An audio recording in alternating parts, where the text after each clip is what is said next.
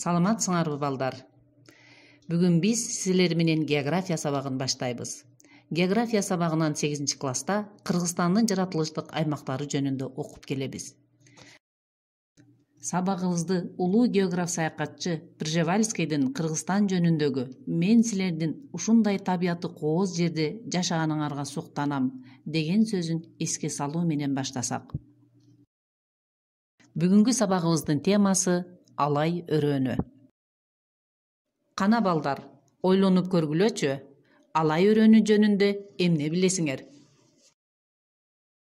Төмөндө өрөөн жөнүндөгү видеону көрөлү анда.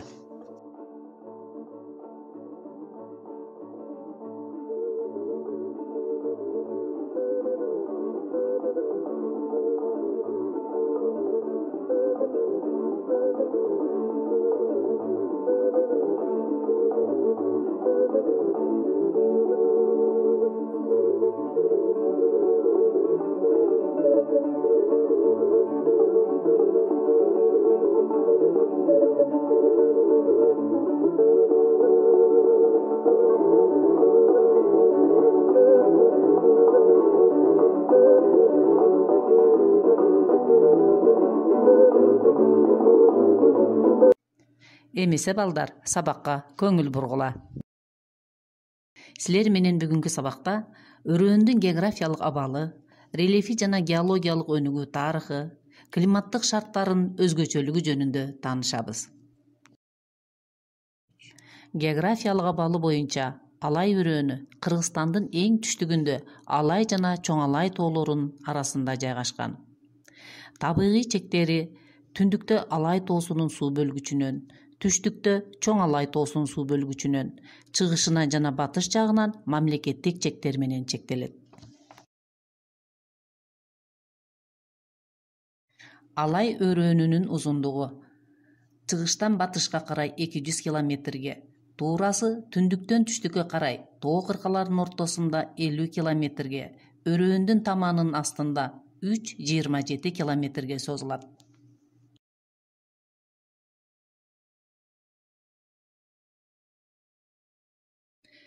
Өрөөндүн таманы батышты карап эңкейиш болуп, эң бийик жери чыгыш жагында жайгашкан Тоң-Мурун ашуусу эсептелет. Анын деңиз деңгээлинин бийиктиги 3536 метрди түзөт. Ал эми эң жапыз жери болуп, батыштагы Карамык кыштагы эсептелет. Карамык кыштагы деңиз деңгээлинен 2400 метр бийиктикте жайгашкан. Өрөөндүн орточо бийиктиги 3000 метрди түзүп, Кыргызстанда бийик жайгашкан өрөөндөрдүн катарына кирет. Өрөөндүн түндүк жагында бийиктиги 5000 метрден жогору болгон Алай тоосу жайгашкан. Анын өрөөн тараптагы түштүк капталдары тик келет. Ал эми өрөөндүн түштүгүндө Чоң Алай тоолору 7000 метрден жогору көтөрүлөт. Тоонун капталы бир топ жантайыңкы келип, байыркы мөңгүлөрдүн таасиринен пайда болгон мареналык ой чуңкурлар тилкеси тоо этегинде кеңири тилке болуп созулуп жатат. Ошону менен бирге Алай тоосундагы талдык, Чоң Алай тоосундагы Кызыл Арт ашуулары аркылуу өрөөн башка аймактар менен дагы байланышып турат. Балдар, азыр көңүлүңөрдү Алай өрөөнү жөнүндөгү сүрөттөргө бурсак. Бул сүрөттө силер Алай өрөөнүн, арткы планда Чоң Алай тоолорун көрүп турасыңар. Жогоруда биз айткандай, Чоң Алай тоолорунун Алай өрөөнүнө караган түндүк капталдары бир топ жантайыңкы келип, кеңдиги 20 километрге жеткен ой кырлар, адырлар тилкеси созулуп жатат. Бул сүрөттө Чоң Алай тоосундагы Лелин чокусун көрүп турасыңар. Бул чоку дүйнөдөгү бийик чокулардын катарына кирип, анын бийиктиги 7134 метрге жетет. Бул сүрөттөн балдар силер Алай өрөөнүн көрүп турасыңар. Алай өрөөнү деңиз деңгээлинен 3000 метр бийиктикте жайгашкандыктан негизинен табигый бийиктоолуу шалба ландшафттары таралган. Өрөөн чарбачылыкта негизинен дыйканчылык жерлеринде тоойт өсүмдүктөр айдалса, ал эми тоо этектери мал чарбачылыгында кеңири жайыт катары пайдаланылат. Жер шарынын геологиялык өнүгүү тарыхын эске сала турган болсок, Жер планетасынын жашы болжол менен 4 миллиард жылга жакын. Ошол мезгилде Жер планетасында биз билгендей 4 тоо пайда болуу мезгилдери өткөн. Алар протерозой эрасындагы байкалдык, палеозой эрасындагы каледондук жана герцендик, жана кайнозой эрасындагы альпылык тоо бүктөлүү мезгилдери болот. Көпчүлүк дүйнөдөгү тоолор сыяктуу эле бүгүнкү Кыргызстандын территориясында жайгашкан Тянь-Шань, Алай, Чоң Алай тоолору дагы ушул тоо бүктөлүү мезгилдеринде өзгөрүүлөргө дуушар болушкан. Атап айтсак, Тянь-Шань тоолору жана Алай тоолору каледондук жана герциндик тоо пайда болуу мезгилдеринде калыптанып, альпылык тоо пайда болуу мезгилинде бийик көтөрүлүүгө дуушар болгонун биз билебиз. Мезозой эрасында дүйнө боюнча негизинен чоң тоо бүктөлүү мезгилдери болгон эмес. Бул мезгилде негизинен пайда болгон тоо катталыштары талкалануу процесстерине дуушар болушкан. Алай өрөөнү менен Чоң Алай тоосунун геологиялык өнүгүү тарыхы Кыргызстандын башка аймактарынан айырмаланып турат. Эмесе ушул өнүгүү тарыхына көңүлүбүздү бурсак. Чоң Алай тоолору палеозойдо калыптанып калган байыркы Тетис океанынын түндүк жээги катары ийилип турган. Балдар, байыркы Тетис океаны жөнүндө маалымат алып алсак. Байыркы Тетис океаны Гондвана жана Лавразия материктеринин ортосунда жайгашып, Неоген мезгилинин Миоцен дооруна чейин дүйнөдө сакталып турган. Миоцен доорунан баштап, өзүңөр билгендей, дүйнөдөгү альпылык тоо көтөрүлүү мезгили башталат. Мана ушул мезгилде көпчүлүк дүйнөдөгү бийик тоо системалары көтөрүлүүгө дуушар болуп, бүгүнкү бийиктигине жеткен. Бул көтөрүлүүнүн натыйжасында байыркы Тетис океанынын суусу артка чегинип, бүгүнкү океандын бөлүктөрү калыптана баштаган. Мына ушул альпылык тоо көтөрүлүү мезгилинде Чоң Алай тоолору дагы бийик көтөрүлүүгө дуушар болуп, океан астынан көтөрүлүп чыгып, бүгүнкү бийиктигине жеткен. Алай өрөөнүнүн геологиялык өнүгүү тарыхына кайрыла турган болсок, суу астындагы Чоң Алай тоосунун түндүк этегиндеги жаракага орун алган.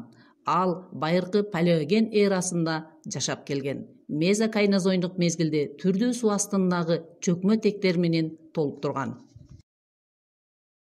Алай өрөөнү дагы кайнозой мезгилиндеги альпылык тоо көтөрүлүү мезгилинде бийик көтөрүлүп, акырындап деңизден арылган. Ошентип, бул аймактын геологиялык өнүгүү тарыхына карасак, аймак Кыргызстандын аймагынын башка жактарынан айырмаланып, эң кийин көтөрүлүп чыккан жаш аймактардан болуп саналат. Алай өрөөнүнүн аймагында бүгүнкү күндө дагы тынымсыз жер асты кыймылдары уланып жаткандыгын байкоого болот. Балдар, айткылачы, биз дагы бул кыймылдарды байкасак болобу? Алай өрөөнүнүн климаты боюнча климаттык картага көңүлүңөрдү бурсак. Өзүңөр көрүп тургандай, Алай өрөөнүнүн климаты кескин континенталдуу. Жайы салкын, кышы суук келип, жыл бою кургакчыл келет. Климатынын өзгөчөлүгүнө географиялык абалы чоң таасир этет. Батыштан жана түндүк батыштан келген нымдуу аба массаларын дайыма Алай тоосу тосуп тургандыктан мында жаан-чачын аз түшөт. Бирок кар жатуу мезгили узакка созулат. Климатынын өзгөчөлүгү боюнча төмөнкү таблицаны карайлы. Алсак, жаан-чачындын жылдык саны Алай өрөөнүнүн чыгышында Иркечтам кыштагында жылына 185 мм, Сарыташ кыштагында 334 мм, ал эми Дароот коргондо 276 мм түзөт. Жаан-чачындардын жаашы Алай тоо капталында 300-400 мм жааса, ал эми Чоң Алай тоосунда 600-700 мм жетет. Абанын температурасынын өзгөрүшү боюнча таблицада көрсөтүлүп тургандай, июль айынын орточо температурасынын эң жогорку көрсөткүчү +15,4 градус Дароот коргон айылында катталса, январь айынын орточо температурасынын эң төмөнкү көрсөткүчү Сарыташ кыштагында -17,5 градусту түзүүдө. Бул өрөөндөгү абанын температурасына жүргүзүлгөн көп жылдык маалыматтар боюнча абсолюттук көрсөткүчтөр төмөнкүдөй мааниге ээ болгон.